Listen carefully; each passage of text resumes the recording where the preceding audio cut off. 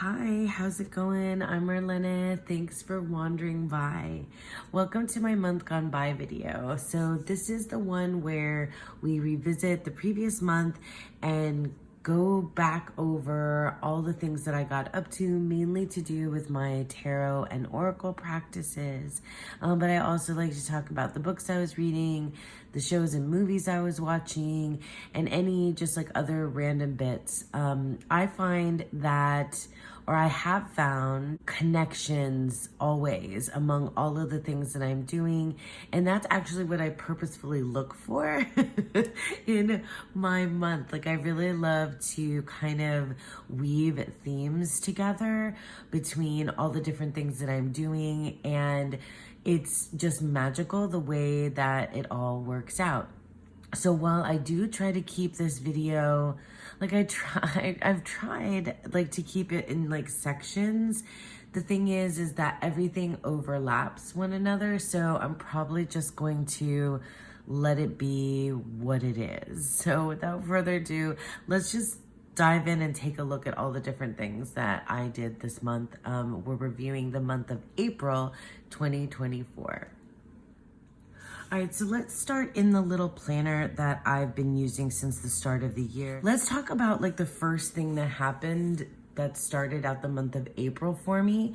So I launched my Decan book late, but still it got out there on the first of the month, and it's still available. It's gonna be available whenever it's up for sale. So I created a Decan spread book, and it was a culmination of a year-long practice of following the Decans. So if you want to know more about that, I'll link to the video that I talk about my Decan spread book. Here, I'll put a picture of the cover here for you. It's a collection of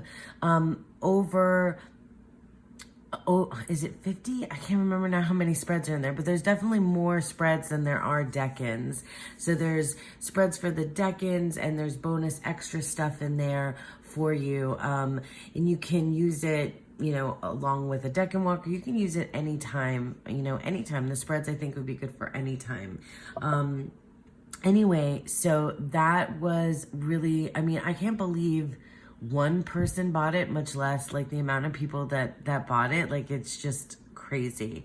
So like, thank you to all of you who bought the Decan spread book and who, you know, have been with me along the way. It's really like really humbling, and I'm like ever so grateful and just excited to have people, you know, that respond to the things that I'm doing. It's just like really nice to know that we're connecting.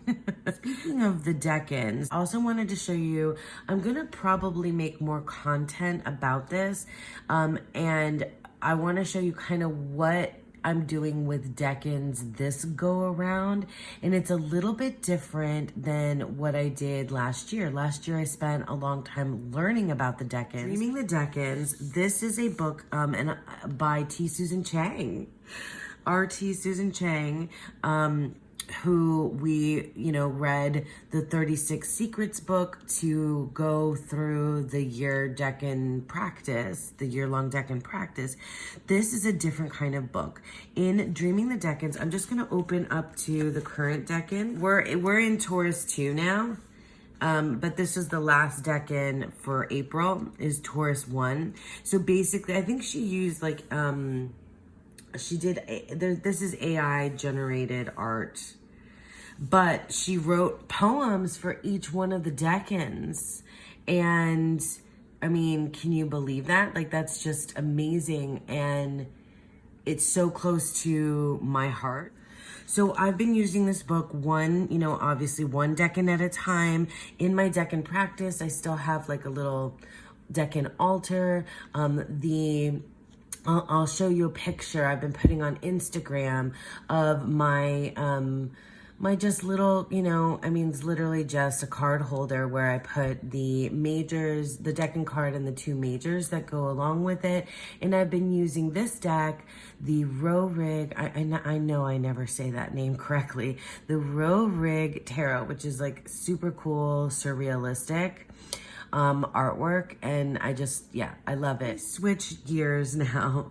So this is my, back to my monthly, you know, my planner. I have a page that I dedicate to where I write down all the practices that I'm taking part in, my own and others, and then my, you know, tarot and oracle decks that I've been using all month.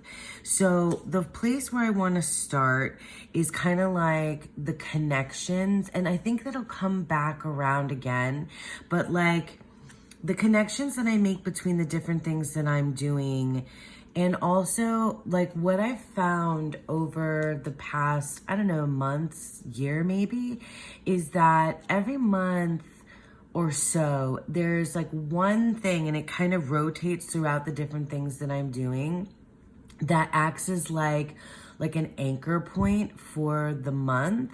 And then all the other practices, and it reveals itself. I don't choose it to be the anchor. It just reveals itself as I go throughout the month, that it becomes like the anchor point for the month. And then everything else kind of flows around it.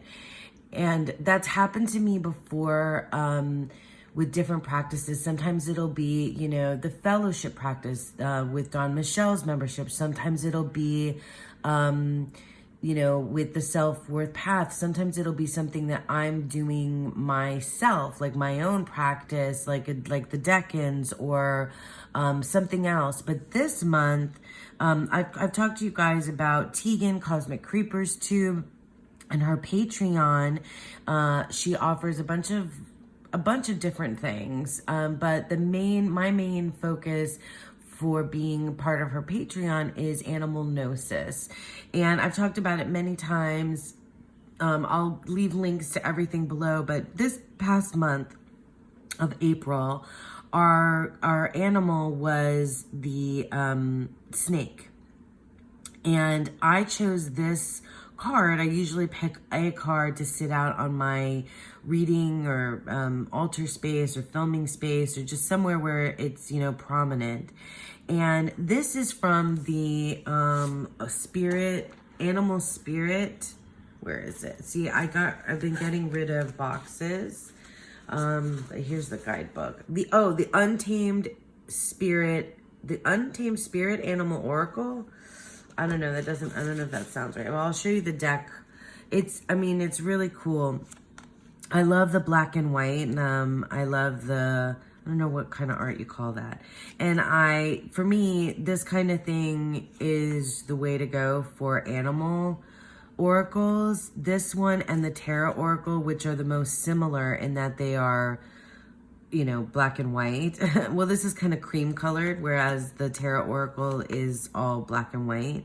It's really my go-to because this both doubles as like, it works for me as a altar card and also a very usable oracle. Anyway, so that's the deck. I didn't flip through it too much because snake. So there are a couple different snakes, I think, in this oracle, but I chose Viper, and it's very much, and it was very much connected to like this, like where I was coming from in March and where I was heading into in April with what I've been reading and what I've been working on personally in terms of like getting through. I mean, you guys have heard me talk about this. It's just like getting through like the last couple of years that have just rocked my whole world, and things have changed so dramatically in my life that just like at this point there's healing that needs to happen, like processing. Like I finally have slowed down enough, and this is like a years long process, I guess. And so this animal, you know, and the animal gnosis and what I'm working on, was the anchoring point. And then everything else seemed to connect somehow to snake. And even when I wasn't thinking of it, like when I look back on it later, it definitely connected in some way. So I chose the Viper because of the keywords fear and healing. Now, I didn't do a lot of, with my animal gnosis this month, I didn't do a whole lot of like researching into the viper or snakes themselves in like our natural world. Sometimes I do that, and sometimes I want to connect with the animal in my area. But this time, this was just pure metaphor for me. Pure metaphor, pure myth, pure fairy tale and folklore connection, pure just symbol. And like, yeah, and the just the giant, I mean, snake is a giant symbol in everything that we do, story-wise, tarot, oracle, mythology, like literature. For me, you know, like there's no bounds. Which is funny because it's in a lemniscate. It is an infinity snake here already. But in any case, yeah, so that was the anchoring point, the snake medicine, the snake gnosis, the viper fear and healing. So we're gonna leave that guy out here. And because it connects very much to the books and the media and the things that I was consuming all month long. I guess I'll just talk about whatever I want to talk about and not think about like the order of crap. Because I was talking about snake and how it was connecting to everything that was going on in my other practices. And a lot of that kind of thing made sense in terms of like what I was reading and watching. And I like April for me, it's funny because it's like I was investigating dark things, shadow things, pain and emotional distress and overwhelm. And I wasn't feeling dark and shadowy and in pain or in an emotional distress like the entire month, of course. You know, I had my ups and downs, but like I was working with that type of energy, which is funny because it's like spring for most people, and and I'm like, I don't know, it's just the way that it worked out for me was, it was, you know, me investigating things. So that snake was a part of it, like the fear piece and the healing piece was like, just made a lot of sense in the books. So let me talk about the shows, I guess. So I started watching The Boys, which is, I'm sure many of you have heard of it. I mean, I'm late to the party because it's been on now for a few seasons, and I think there's a new season coming out. But it is basically like, it's based on a comic book series or graphic novel, and it's about, I was against watching The Boys because my partner was watching it, and I was just like, I don't want, you know, I'm like so over superhero crap. Like I just don't, like I just feel like it's just, I don't know. I just got like overly saturated with superhero movies, and I don't think like the superhero movies that have been coming out in recent years are anywhere near as good as like the way that I experienced like superhero, you know, stories and things like that when I was younger. It's just not for me. Anyway, The Boys takes the idea of superheroes to a very, very dark, messed up place. And it just made sense for me to watch it.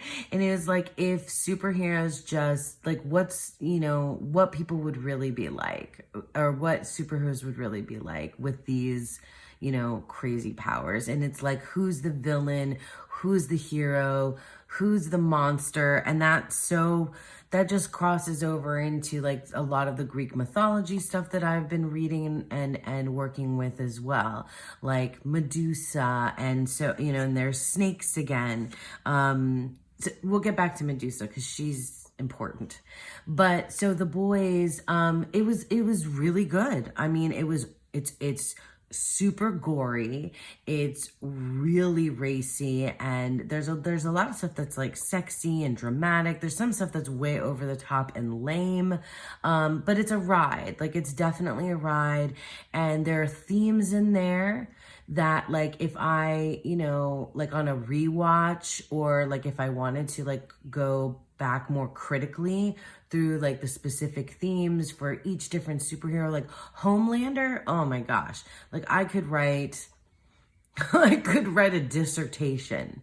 But also the female characters, and it was good. It was a good watch, and it was cathartic for me, to like think about these things as I was watching The Boys. And then it's, not spin-off. I mean, I guess it's another, I don't know if it's just, if Gen V, so it's Gen V, and I don't know if it's just a show or a comic book. I've only ever watched the shows, but Gen V is in the world of The Boys, and it's a younger generation, right? So it's college age superheroes. Well, I don't know why I'm doing air quotes, because they are, I mean, they're not maybe they're not superheroes, but they have superpowers, right?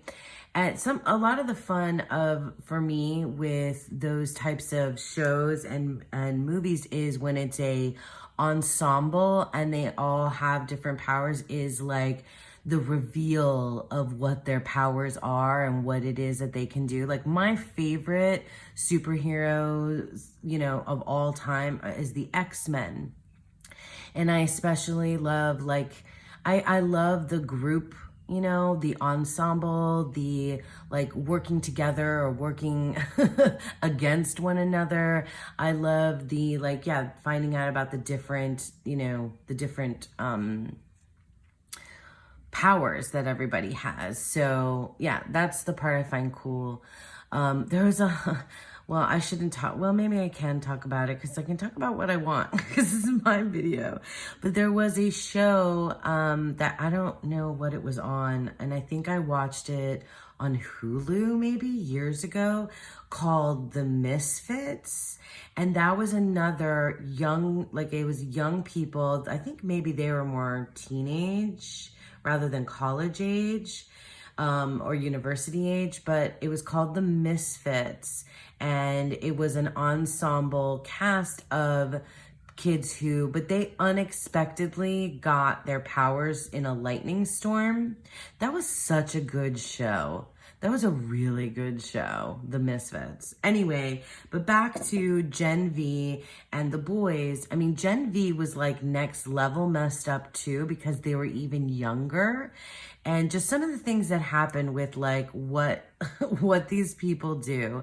And there's this dichotomy then too between like the humans and the soups, which happens in it's a thread and a theme through like X-Men, and I think it's a thread and a theme absolutely through Greek mythology. If you're reading like, there's very little source material for Greek mythology. There's mostly just like translations, right? But like even like the modern retellings of Greek mythology, there's this divide and between the divine and the human. And anyway, that's just another theme that was like woven throughout all the stuff that I'm reading and watching. So The Boys, Gen V, dark stuff, and very entertaining, incredibly entertaining. I was also, just for my funsies, I was watching The Good Place, which is kind of dark too, if you think about it, but it is also really funny. So I need like, some existential humor, some nihilistic laughs, maybe.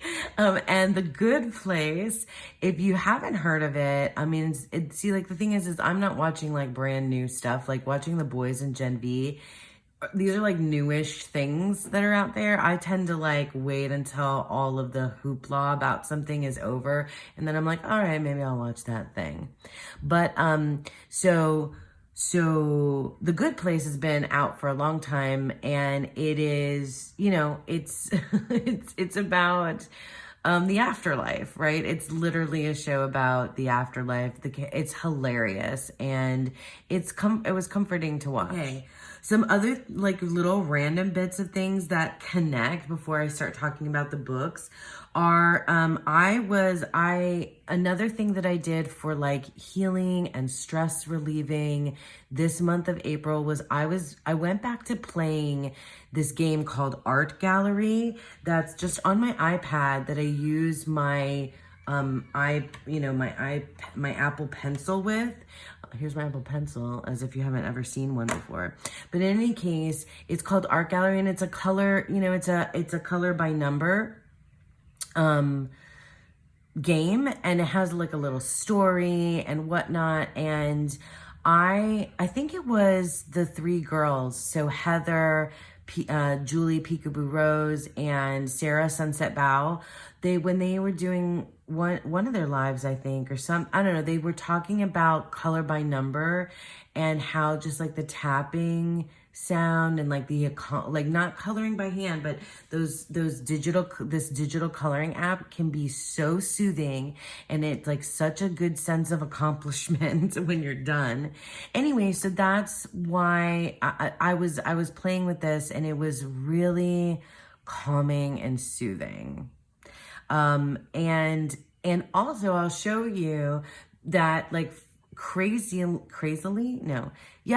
ironically or synchronistically or whatever, there were two drawings that I colored that were connected to Greek mythology, and one of them was Medusa. I mean, it's not my, I'll put it up here. It's not my favorite, rendition of Medusa, but I just thought it was really cool that came up in my little coloring app. And there was another one that was Dionysus, which that's something that's happening in May, this whole connection to Dionysus. Another thing connected to the Greek mythology is the nail polish that I got into this month. And I'm not usually the girl who's like showing you guys nail polish, but this month this is all Lisa made me do it.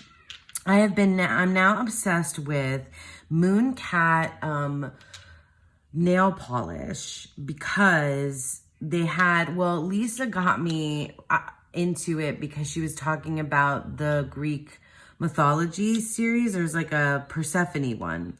So it started there with this one, which is Queen of the Dead. And the ones that I like the most, these are all thermals. And so they change colors. So this is, I don't know what you can really see here. I'll put up a picture instead of what Queen of the Dead looks like, because it's red and black. It changes color between red and black. And then the next one that I got, or the next two, I got that one first. And then I got these two. Treachery in Blue and it's sparkly, goes from like pink to blue. I'll put the picture up instead, because you're not going to be able to see what it looks like. And maybe you saw it in my videos if you're watching this past month. And then Dark Omens is this one, and it goes from like a light purple to a dark purple, from, warm to cold. And I gotta tell you, I was just delighted all month long wearing these at home and at work with like the different colors, because like my hands run hot. Apparently my hands run hot and cold consistently throughout the day. So even if because my nails are short now, I trimmed them after I took off my most recent one. But like, even without having that, like, the longer nail that usually would stay cold, like the tips, my hands, like one hand would be warm, one hand would be cold. Like I was just having fun. Like it was just delightful to see like the temperature of my hands and nails. And I just like absolutely love all of the names of these things. Queen of the Dead, Treachery in Blue, Dark Omens. So it's certainly matched like my whole kind of, dark investigation. Like honestly, I feel like what like one of the major themes and connections I was making is like, what is, what is evil? What is bad? What is the monster? Who's in the wrong? Like, and that kind of crosses over with stuff like in my personal life, like whose fault is it that this happened? Who's to blame? Am I the monster? Is somebody else the monster? Who is, what? And like in processing that, like how am I gonna heal and let go and move on from whatever, like is it anybody's fault, things that happened. Anyway, so these nail polishes were along with me on that particular journey too.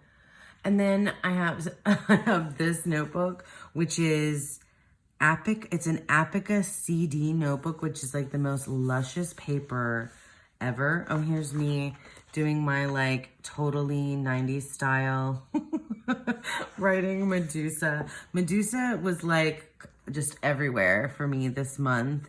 And so that leads me to the 3 books that I want to just briefly talk about. The first one is Clytemnestra. So I talked about Clytemnestra last month because I had finished it. I finished it at the beginning of April, so I called it a March book. And I finished, but it was important because it has all those particular themes that I was talking about. Clytemnestra is, she's the wife of Agamemnon and the mother of Orestes and Electra. There's other children there, but she is known famously in Greek mythology for having murdered Agamemnon when he returns from the Trojan War. In different stories, Agamemnon is, in my mind, the villain because he slaughters their daughter Iphigenia as a sacrifice at the beginning of the Trojan War in order to please the goddess Artemis and to get the winds so that they can sail off to Troy. So, but there's in Clytemnestra, he also kills her baby son and new husband. And that's a myth that's kind of, I think, a little bit more obscure and not the one that most people know. But in any case, Clytemnestra, I loved that book, I think, more than Circe, more than any of the Greek mythology books that I've read so far.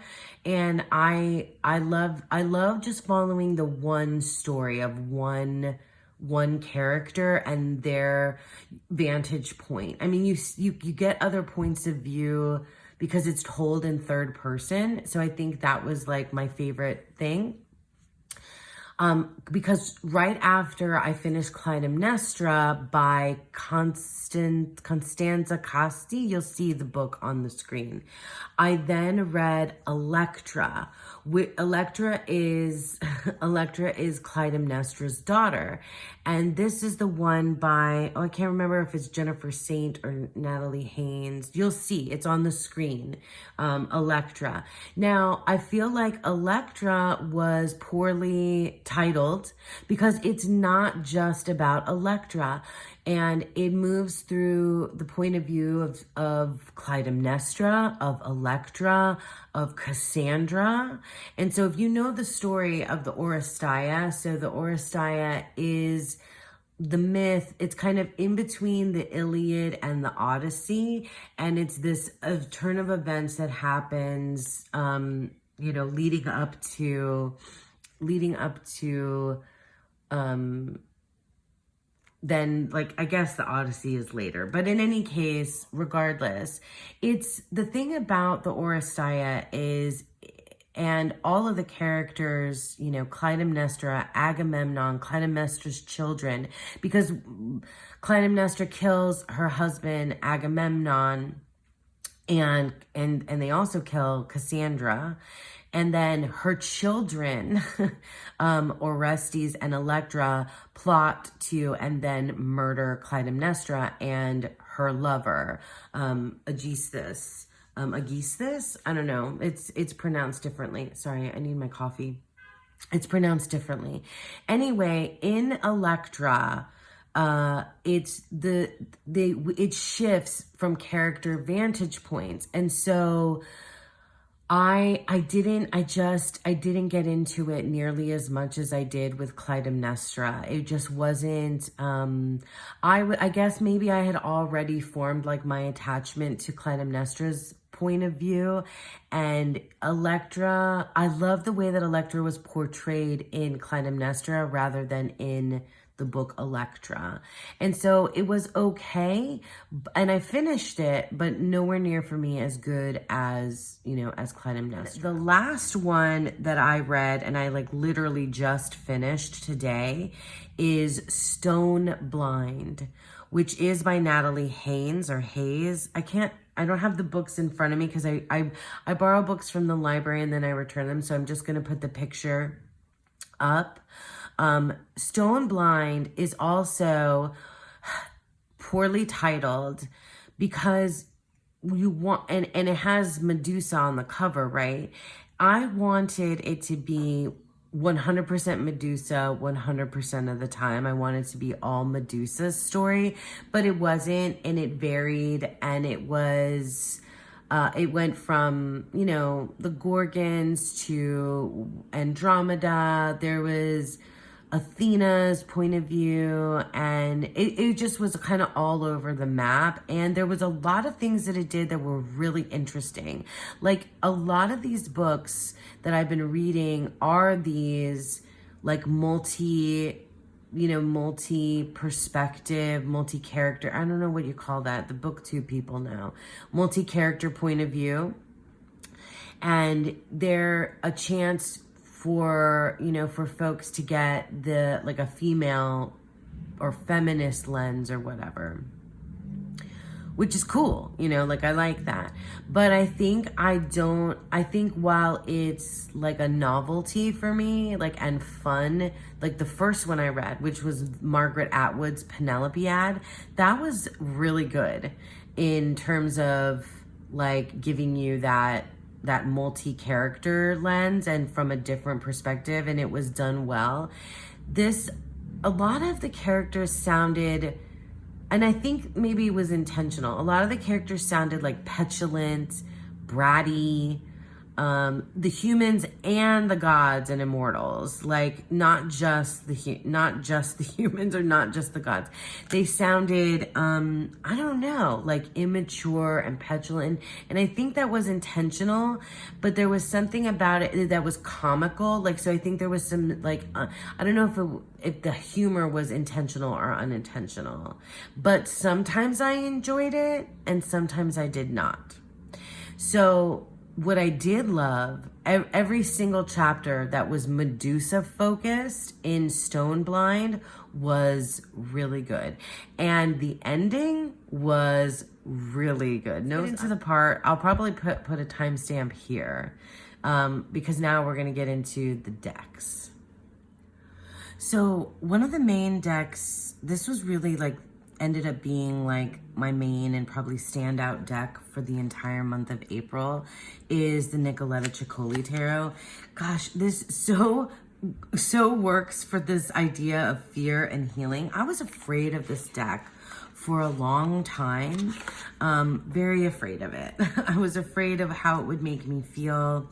Here are the backs. I love this deck. You've seen it many times. This deck has been around. I was afraid to use this deck because of what it would bring up for me, but actually, you know, just like childhood stuff and family traumas and just, you know, pain and scary things that, you know, we go through. So I was afraid of it, and it actually turned out to be one of the most like fantastic decks for me. I feel like other people have had this experience with it where they were afraid of it, and then when they used it, it was just like cathartic. And that's what it was for me. I did a lot of, I paired this with things. So I paired it with with the books that I was reading, and I kept doing readings where I was asking like about my connection to the character, and I was using this deck. I used this deck for the self-worth path reading that I did for Lisa's membership. I used this deck with so much, like I didn't use it with the fellowship. I'll show you what the decks that I used for the fellowship, but I paired this deck with Krista's deck that I got this month too. And Krista's deck, the Divine Ephemera Oracle. I'm kind of going backwards. I feel like is what is happening here. The Divine Ephemera Oracle by Krista Chronicles is this. There's like a gnat flying around that's driving me crazy. Okay. Is a gods and goddesses with botanicals deck that is collaged, and it's stunning. Okay. And so it stayed in my like Greek mythology, kind of wheelhouse that I've been working in, because a lot of these that she chose are from the Greek pantheon. Some are not. It does cross pantheons, but it has enough of them in here that like totally loved it. And I paired these two together. Oh look, Medea, Wolfsbane. So I'll just show you the two of them together. But I'll get into, look at the Hermes. I'll get into my journal so you can see some of like my actual reading pictures. Can't speak more highly of the experience of the Nicoletta Ciccoli Tarot in terms of helping me process literally just emotional pain and trauma. I don't like to say trauma because it feels too intense to say trauma. It's just definitely pain though, you know? Yeah. Oh, I love it. She chose Mary. Mary Magdalene is in here in Krista's deck. But yeah, just this was a beautiful pairing that worked really well for me. I switched at the end of the month to having Krista's deck be my, my daily card pull. But I'll show you that when I get into my digital journal. Okay, so this is my digital journal. I've shown it every month so far. And this is a template that was created by Dawn Michelle. And it's basically like a card a day. So this is the index page, and this is me at the start of the year kind of planning out what I was going to be working with. And so far it's only been Greek mythology. So like this page tells me I study plans, and here I've already started, writing my May one. So in April, the main tarot deck that I had started with was the Mythic Tarot. So let's go to April and I'll show you the outset. So I started the month with the Mythic Tarot, but you can see this is where like about halfway through, I usually need like a change up about 2 weeks into a month. That's when I kind of need a reset often. But anyway, so you see where the Divine Ephemera came in, and that was, So I'm gonna just flip through, cause also my year ahead reading, cause everything kind of comes out when you see what I have in the digital journal. My year ahead reading, this is the reading that Dawn Michelle did for me back in December of last year. And this month, the cards, so I'll make this big so you can see this comes from I never remember the name of this freaking oracle. Anyway, this oracle, no, I'm not going to remember it. And then that's the Spolia Tarot. this is Don Michelle. I don't have these decks. Don Michelle has these decks. So it's the Nine of Cups and the word pause. So I had written like my year poem, which is each month. I had like a little phrase. So this month of April was pause and be grateful. And that was hard to do. But my cards throughout the month definitely helped me along with that. Pause and be grateful. Because I was in this dark space of like kind of anger and resentment and the whole Clytemnestra, avenge, revenge, that kind of mood and mode. And the gratitude piece was like coming in there, right? Anyway, I did an interview spread with the new Mythic Tarot, but I didn't use this deck for very long. The new Mythic Tarot, I switched to the OG Mythic Tarot, and I don't know if I'm going to keep up with doing interview spreads. We'll see. So starting out the beginning of the month, so I guess I didn't, I showed Nicoletta, I showed the Divine Ephemera, and this is the OG Mythic Tarot, which I've shown, I showed when I got it, I think I did, but you're going to see it here in the, show you the actual thing, which I got on eBay, like pristine, never used, and for a really nice price. So I really do love this deck. I love the guidebook. I love that each of the suits follows like a specific story. The swords is the Oresteia, and the wands are Jason and the Argonauts, and the cups is the story of Psyche, and what did I miss? The pentacles I think is Daedalus, Icarus. Anyway, I love this deck, but I couldn't use it all month. I had to switch. And I love the OG. I had talked about only really liking the new Mythic Tarot, but I love the OG. So we started out the month with the Six of Swords. So I was clipping from because I have the guidebook in an app. So I was clipping from the app and my reflections. I kept getting the Eight of Cups. And then look, here's Medusa. So I kept getting, Medusa came up in readings for me in different places all throughout the month. And it's such, like I was saying, the story, like the connection with Medusa and Snake. Hello, snakes for hair. And the connection with, I also got a sunburn really bad at the beginning of the month, and my skin was shedding, peeling, and so like the snake shedding its skin, Medusa, the whole like letting go versus the viper and the fear and the attacking, like it's just, I gotta say, you guys, Eight of Cups, letting go.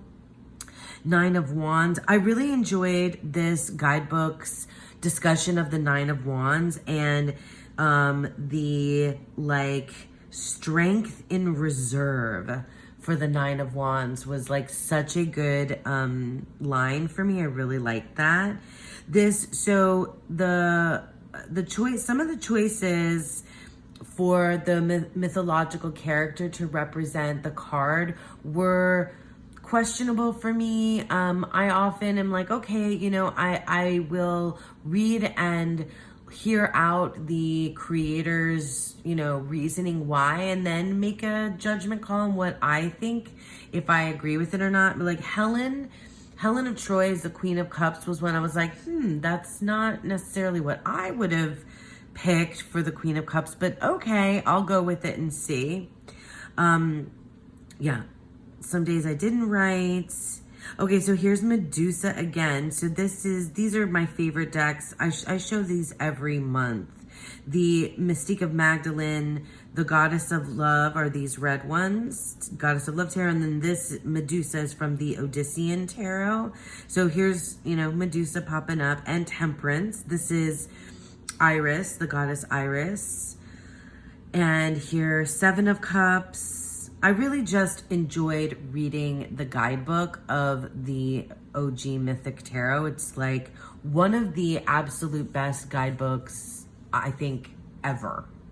And that's saying a lot because I read lots of guidebooks. The Hermit. Here's Medusa again. Oh, hashtag tarot stacking. So another one of the practices that I got up to. See how I can't do this? I can't do this in any kind of particular category order. This is just a long ass video, guys. So tarot stacking, I'll link to the video down below.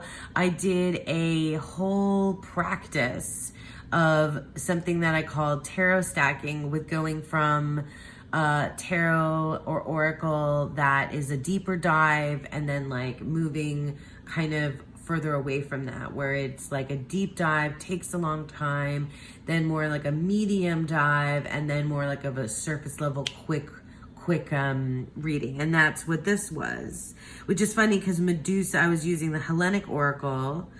Oh yeah, the Hellenic Oracle. So I show this every month though. Here's a bag that Krista made and sent me, and it's got these like Greek coins. And then in here is the Hellenic Oracle made by Thea, Garden Goddess Tarot. This has been by my side since I got it. The Hellenic Oracle I've been using in tarot stacking, in daily readings, in the fellowship, in literally everything. It's just one of the most versatile oracles I have now, that I can really read it. And I'll probably get better and more comfortable with it as I go, because of it's a Greek mythology oracle deck with not everything. There's no way you could have everything in here. There's that like desire though to have like all the things in the one deck, but it's just massive. And these are some really, really good ones. I do still need to get the Heroes expansion pack. Anyway, that's the Hellenic Oracle. I show it all the time. And the Thoth, right? So I was stacking with the OG Mythic Tarot with the trimmed Thoth, which is in this bag. I mean, do you guys really need to see my trimmed Thoth? Oh, look, there he is, the Prince of Cups. I did another just recently. I won't belabor the point because I literally just put this video up of me using Lennon Smith's book, The Synthesis Oracle, and the Thoth Tarot to do a brand new practice. Whoa, I felt my energy just like climb notches as I started talking about this. But I'll link to the video down below. Please check that out, and please check out Lennon's Synthesis Oracle. It's a oracle book, coloring book. For me, it's like this whole new spiritual practice, and I was using my trimmed Thoth with it. Is this upside down? Yeah, because I always do everything kind of wonky. So like tarot stacking, the Synthesis Oracle, and pairing my my decks with my books is more my own little kind of things that practices that I got up to, was working with this month. See, because here's my Nicoletta Ciccoli reading. Can you see it? Yeah. And paired the deck reading with my book. And I think I have written down somewhere, I think I have a video too of the spread that I use, like these specific questions I ask as I'm reading a novel. I do this with fiction, not with nonfiction. So the first is, how am I like this character right now? How am I unlike this character? What is this book trying to teach me? And then at the last one is, where are we going to go from here? What's the next? And I love that because it's like what's going to happen in the book, but like what's going to happen, in my life too. So yeah. Oh, see, like here's one from the, the OG Mythic Tarot. I keep saying OG. The Mythic Tarot. Aries as the Chariot was a choice that like I was uncertain about. It kind of confused me because I think of Aries as the Emperor. Anyway, here's another reading with the Nicoletta Ciccoli that I paired with the book Electra. And I did more tarot stacking. So tarot stacking with the Mythic Tarot, Thoth, and the Hellenic Oracle. Temperance again. Oh my gosh. And so here's Saturday. So this was Self-Worth Saturday, and this was my self-worth reading about vulnerability. And it was this was a good one for me. Vulnerability, like connecting to healing, fear. Again, that anchor of that snake, shedding your skin and letting go and just presenting yourself in the most vulnerable way, which like does absolutely connect to the books and everything I was reading as well. So I got the Ace of Cups, the Three of Cups, and the Five of Swords. And this one in the middle, this like community, like friendship as part of a way to heal. Oh, that reminds me of something that I didn't mention. So I'll mention it right here, and I'll put up the the thumbnail to the video. Again, I hung out with my friends for a it wasn't live. It was a pre-recorded game called, it was our What the Fuck game, which is kind of like truth or dare without the dare. So it's kind of just super fun. So I got to hang out with my buds, Dawn Michelle, Lisa Pepez, Danny Mystic, Krista Chronicles, and Andy. All of these women are just like the most fun people. Love those girls. And it was very healing and very nurturing and super fun to just hang out with them and do the WTF game. And the theme was slumber party. We had so much fun. I drank some White Claws. If you haven't seen it, go watch that. It's hilarious and fantastic. Okay, more tarot stacking. Oh, and Poseidon as the Ace of Pentacles was like, what? I'm not so sure. But Poseidon is the god of the sea, but he's also the god of horses and earthquakes. Did you know that? Did you guys know that? Well, now you know. Oh my God, look at what I wrote here. So here's my tarot stacking with the Ace of Pentacles, the Four of Wands from the Thoth, and Karen, the ferryman from the Hellenic Oracle. And I wrote, opportunity for completion. Take the ferry ride. Cute butt. Because there's a cute butt, right?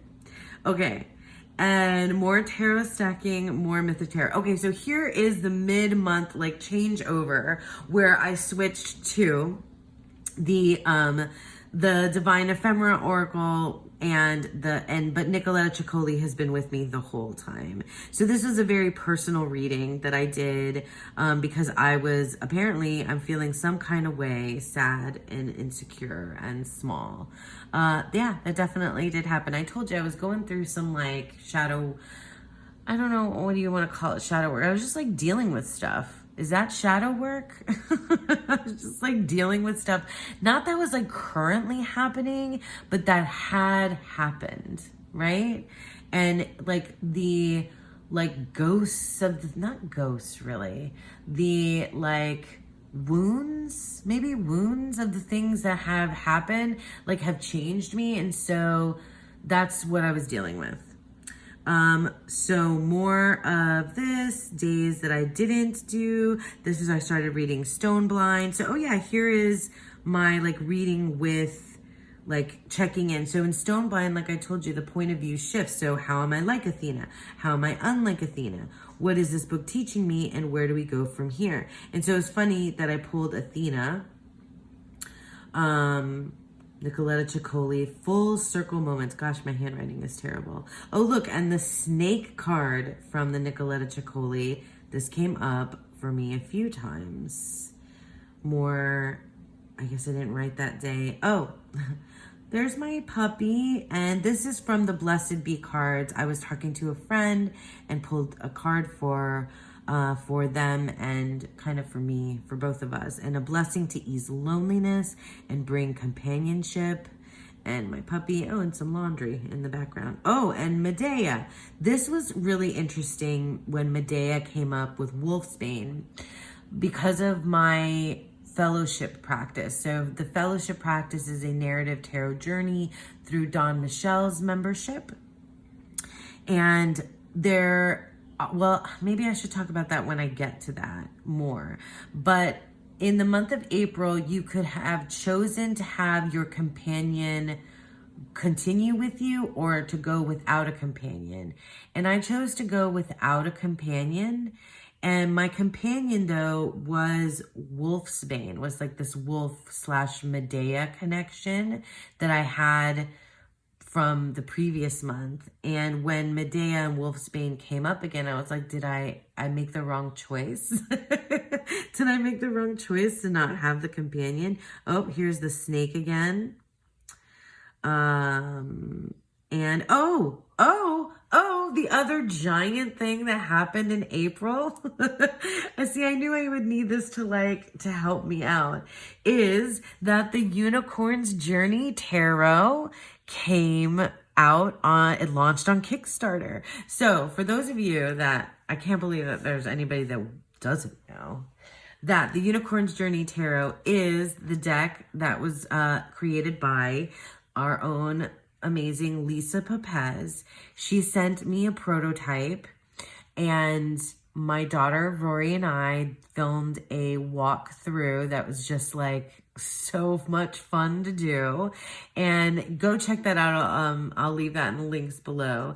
But I used the Unicorn's Journey once or twice. I haven't really used it a lot yet, but I used it alongside this particular blessing, and it was really healing for me too.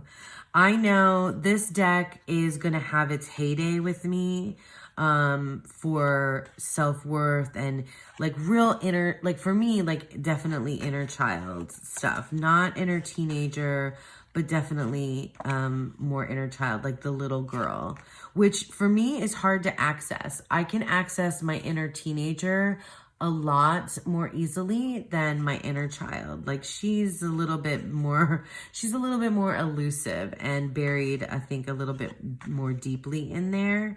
But anyway, the Unicorn's Journey Tarot is still up on Kickstarter. The last day for you to make your pledge is May 17th. Make sure you watch my walkthrough. I think Danny did a walkthrough already that's out there, and Krista might have already done a walkthrough too. Like, please go. So many stretch goals have been unlocked. There's a children's book option too, which is so exciting. So definitely go check out the Kickstarter. That day, April 20th, which I passed, was amazing when Lisa did the live Kickstarter. So exciting. Oh, and then down here is, I was using the Hermetic Tarot for just like a hot minute with the Decan practice a little, and with, with the readings in the fellowship. But the Hermetic Tarot, you can see here, this is the Lover's card, and this is Andromeda. And it just connected with the book, with the Stone Blind. I'll show you this next to the deck that I used in the Fellowship when I get there. So let me just move on and finish out these guys.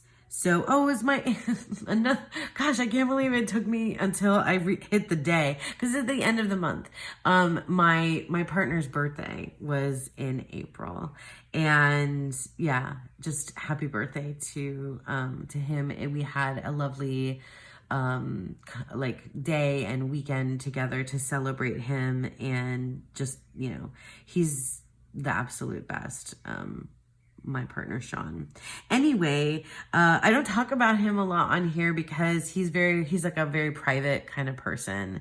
So yeah, I wanted to, by the way, speaking of Sean, I wanted to do Lisa and Peggy's 25 wacky questions with him.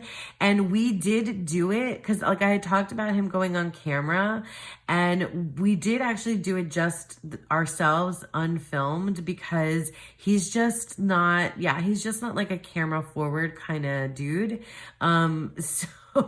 But yeah, I wish I'm more the, out in the world, like a little bit more extroverted in that way, but it was great. That's another video you should go check out, the 25 more wacky questions. Okay.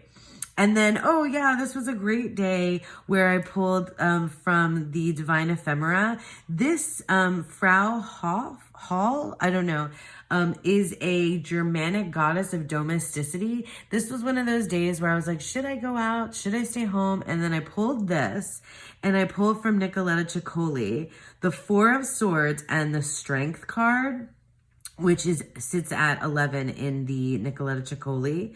And it was just like, you find your strength at home, lady, so stay there. So yeah, and then finally at the end of the month, Medusa came back out. And I hadn't yet finished the book Stone Blind at the end of the month. I just finished it because I'm into May now. We're into May now.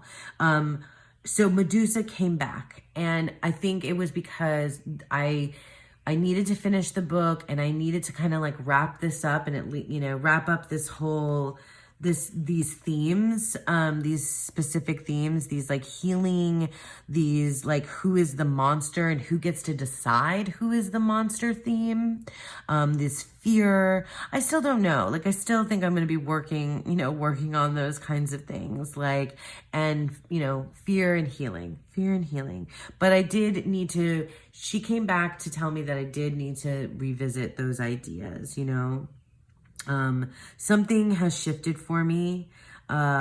Something has definitely shifted for me, and like the skin, shed my skin a little bit, and there are things that I had to let go. And here's my snake card again, which is the Lover's card in Nicoletta Ciccoli, which is a big deal for me because I'm a Gemini.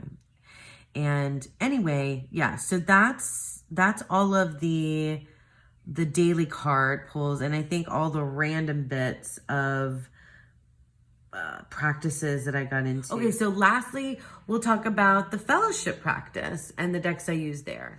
Okay, so this is the digital journal PDF that like becomes a digital journal that I use for the fellowship practice, which I said is created by Dawn Michelle, and it's part of her membership. And it's a narrative tarot journey. So it's a story, and there's tarot, and there's dice, and there's like so much more. It's like tarot, like, beyond. Like, Dawn is amazing. And it's D&D inspired. So Dungeons and Dragons inspired. So this month of April, the theme is Crossroads to the Coast. So here is our inventory page, and I like to write down the decks that I'm using and the other inventory that I have. So I'll show you real quick. This is a Peggy bag this is where when I'm, out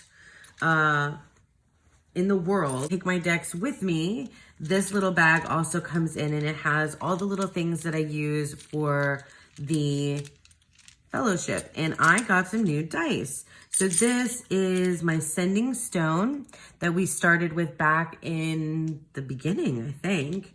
A fate changer coin. And then these are my new dice. And they're these like, I use this in the what the fuck is up with that game. And I'm like so feeling this red, orange, like sunset, Mai Tai island vibe at this point. So I had purple dice, and I switched over to my red ones, my red and orange guys over here. And the decks that I use, the Mythic Tarot I showed you, the Hellenic Oracle I showed you, the Oracle of Mythic Heroes. So this deck, I'm not sure about this deck, you guys. The Oracle of Mythic Heroes, I'll just flip through it. Oh, I've made such a mess to the right of me. You guys have no idea. So the Oracle of Mythic Heroes was sent to me as a gift. so nice of that person to send to me. And it has our mortals, right? Our heroes of Greek mythology. It's an oracle deck, so it has, it also has a keyword. And it's connected to the Decans, but it is not connected to the Decans the way I read them. Some of them line up with the astrology that is the one that I adhere to, which is the Golden Dawn, that goes along with the Western astrology, with the system of Western astrology. And so if I'm going to keep and use this deck, I would need to write in the correct decans on the card, because it aligns for with the tarot for me. And some of them do match and some of them don't. I don't know. I don't understand. I don't know what the system is that this creator followed to get to the decans that they have. It's just too confusing for me. And I think that's why I might not be keeping this deck in the long term. But it was a good deck. So that aside, the Decans thing aside, it was a good deck for the practice in the fellowship. So like we had this traveling companions choice, and I decided not to travel with the companion. So like Dawn has all this really cool stuff of like, rolling the dice and using, the cards in relationship to it. This was, and we collect loot. And so I use the Hellenic Oracle for my loot. So it's going to, every week we collect loot, and then at the end of the year, you'll have all the loot. And for me, I have a separate loot page. I guess I can show you. This is my loot so far. I missed 2 weeks, but my loot so far, and I've been writing my own kind of keyword to go along with my loot. And at the end of the year, it'll all go together. We have a guardian. So we have a guardian, and we could choose a companion, or we had a companion and choose to keep that companion. My guardian has been Pegasus from the beginning of this. So I said here, Pegasus is my guardian. I left the botanist behind. I didn't want the wolf, which is funny because I was, wolf and snake have a sort of like evil kind of, that sinister kind of quality about them in mythology and in story and things like that. But I don't know why. And then I was using, I guess I did use the purple at the beginning, and then I switched. So yeah, these are just from there was a place where you could choose 2 paths, and I used the Oracle of Mythic Heroes. So like one path was Perseverance, and the other path was Leonidas, Perseverance, and the other path was Helen, Sexuality. And oh my God, and Tartarus came up for me, which is another, like, if you want to talk about like the depths of bad stuff, in the depths of like volcanic eruption, and in the depths of the darkness too. That's Tartarus. So more dice. And there was like the first roll, the second roll. You can turn over all the cards, and then the path that I chose. This was the path that I ended up choosing, Helen of Troy, which was because this was so cool how this turned out. Because this is Helen in a Helen of Troy in the Oracle, but in the Mythic Tarot, the Queen of Cups is Helen as well. And the Magician is Hermes. But like, I thought that was really cool. It was double Helen, double sexuality. But anyway, I don't want to show all of Dawn's stuff, but here's another place where I use the Oracle of Mythic Heroes. And here's where I made the switch to a different deck. So the the Outgrow Yourself Tarot and Oracle. I used this deck during our What the Fuck Is Up With That game. It's my inner teenager deck.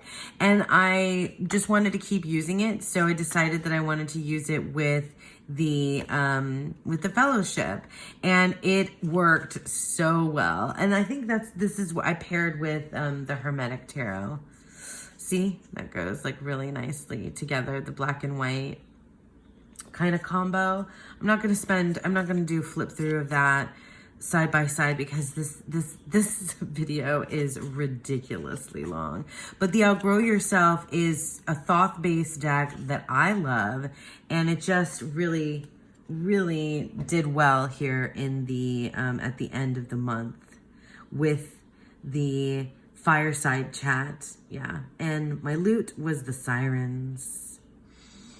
And shifting, so because also at the end of the month, this was about like the shifting sprites. Shifting, another good word for me, like making connections with all of the things that I was doing in the month. The shifting of the season, the shifting of my perspective, the shifting, for me, for sure. So I purposefully picked the Sprite of the Earth, which for me is the Princess of Discs, the Page of Pentacles. For those of you Waite-Smith folks, because this is a Thoth-based deck. And her message was the Prince of Wands, which I thought was funny that I pulled a court card after I had intentionally pulled a court card. Her message, there are no limits, feels very connected.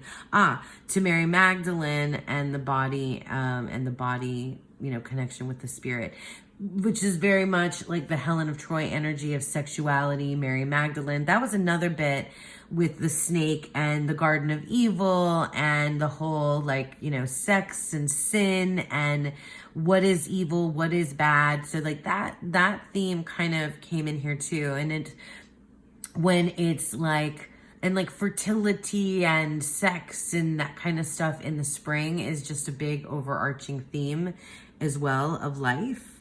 Okay, here we go. So you can see my Outgrow Yourself with the Hermetic Tarot, which is, combining now this like growth and decans and all that kind of stuff. I just can't help myself. Everything is connected, right? And then my loot card was from the Hellenic Oracle Thanatos, which is death, but like a good death. A guide for death, let me take your hand kind of death, not super violent. So, anyway, that's it. Is that it? I think that's it. Okay, so that's it. I did it. Look at this mishmash of things that I have for the month of April. But this really crosses over, and like all the connections that I made with all the practices that I did were very valuable for me for this month of April. And I thank you guys so much for sticking with me through this long ass video. For those of you that made it to the end, I thank you so much. And I hope that you all have a beautiful, wonderful day. Bye.